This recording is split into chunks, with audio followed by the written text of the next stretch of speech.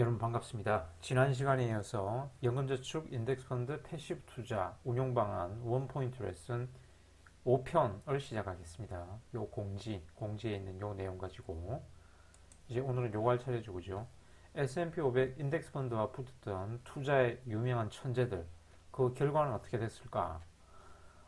팁 랭커스에 매년 이렇게 공시를 하는데 이 조지 소로스 펀드네요. 조지 소로스 펀드.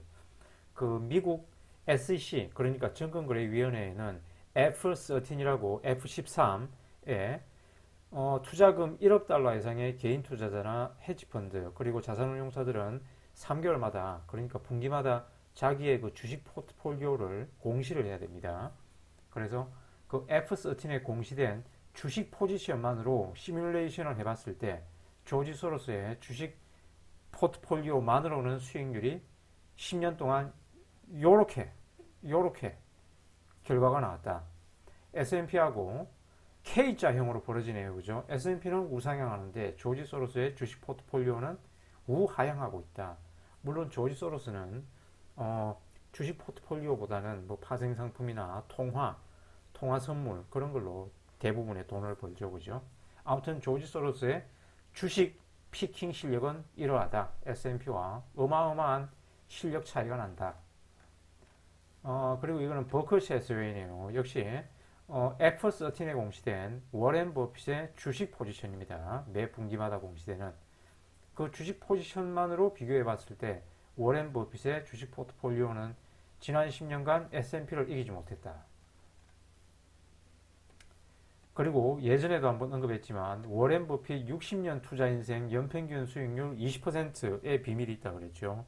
자, 이 기간 동안 S&P의 수익률이 약 11%인데 워렌 버핏은 S&P의 수익률을 두 배로 이겼다. 두 배로. 하지만 이 블로그 포스팅을 보시면 맨몸으로 붙으면 천하무적 S&P가 워렌 버핏 개인 투자 실력을 이겼다. 워렌 버핏 성과의 비밀이 그 버커셔 해서웨이가 재보험 회사라 그러죠.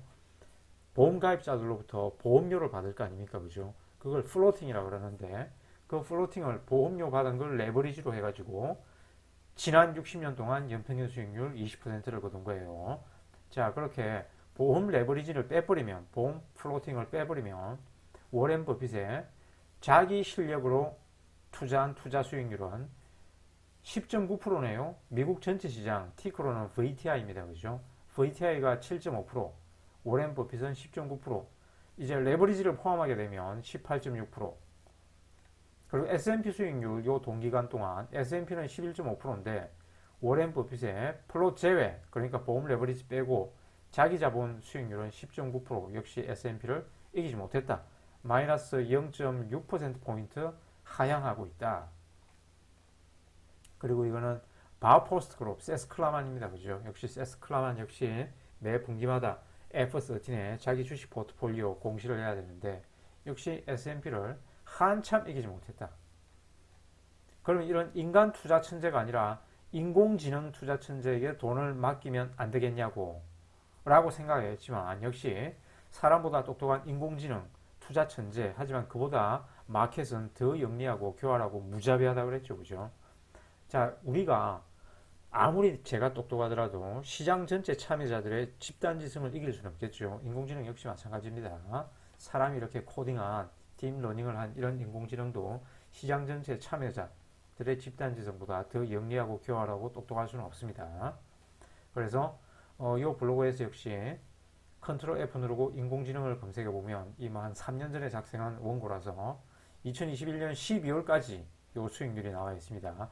AIEQ, 그 IBM의 왓슨이 운용해주는 AIEQ 상장 후 실적인데 CAGR이 AIEQ는 16.26%, QQQ가 27.28%, SPY가 17.54%, 수익률 전부 다 못 이겼고 표준 편차도 SPY보다 크고 아무튼 샤프 지수도 좋지 않습니다. 그죠? 샤프 지수가 AIQ가 0.78이고 QQQ가 1.32, SPY가 0.97이네요.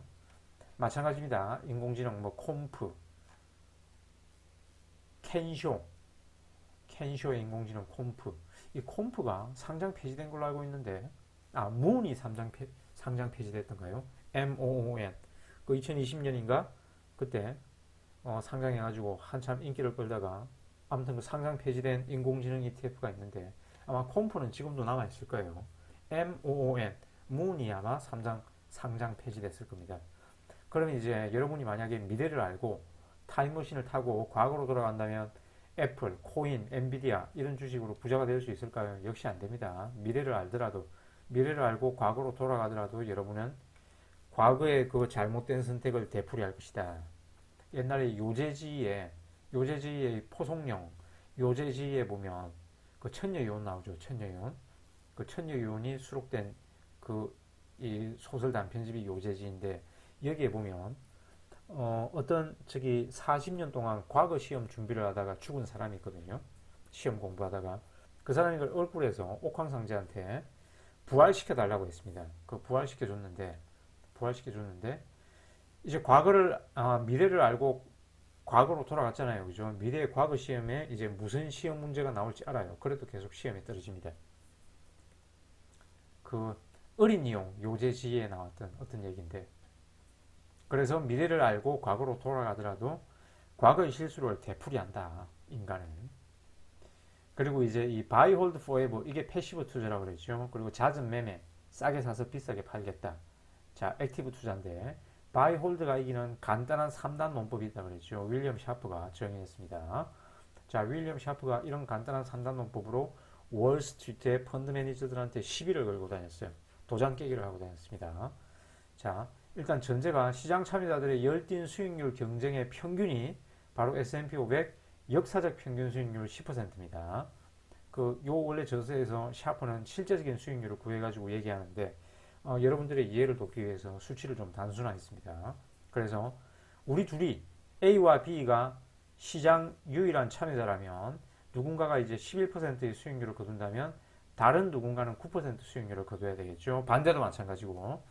그래서 A는 이제 패시브 투자로 10%의 수익률을 온전히 거두고 B는 액티브 투자로 10%의 수익률을 거둔다고 하면 A는 저비용의 무한 과세 예언으로 온전한 10%의 수익률을 누린다면 B는 잦은 매매로 거래 비용과 세금으로 온전한 10% 수익률에서 1에서 4%포인트 수익률 차감이 발생한다고 했죠.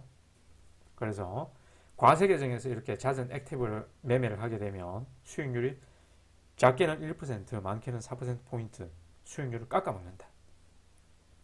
윌리엄 번스타인이 얘기했습니다. 그죠? 그래서 패시브 투자자가 이긴다. 이런 3단 논법입니다.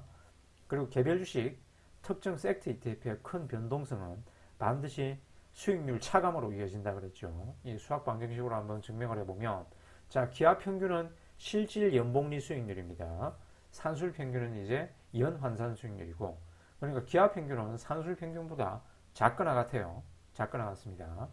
그래서 산술 평균에 이제 변동성 값을 빼주면 기업 평균과 산술 평균의 값이 거의 같아지겠죠. 거의 근사값이 됩니다. 그리고 변동성은 수학적 정의로 표준편차 제곱으로 나타낼 수 있거든요. 물론 정확히 얘기하면 2분의 1 시그마 제곱입니다. 그래서 변동성이 클수록 결국 연복리 수익률 CAGR은 작아집니다. 그래서 재무학에서는 이 변동성 자체가 손실이에요. 손실. 재무적 관점에서는 리스크를 이 변동성 표준편차로 정의한다 그랬잖아요. 그죠? 자세히 보고 싶으면 역시 이 포스팅을 한번 참고해 보시고 그러면 자세히 설명해 놨습니다. 또 9분 지나고 있네요. 오늘의 방송은 여기까지만 하겠습니다. 시청해 주셔서 감사합니다.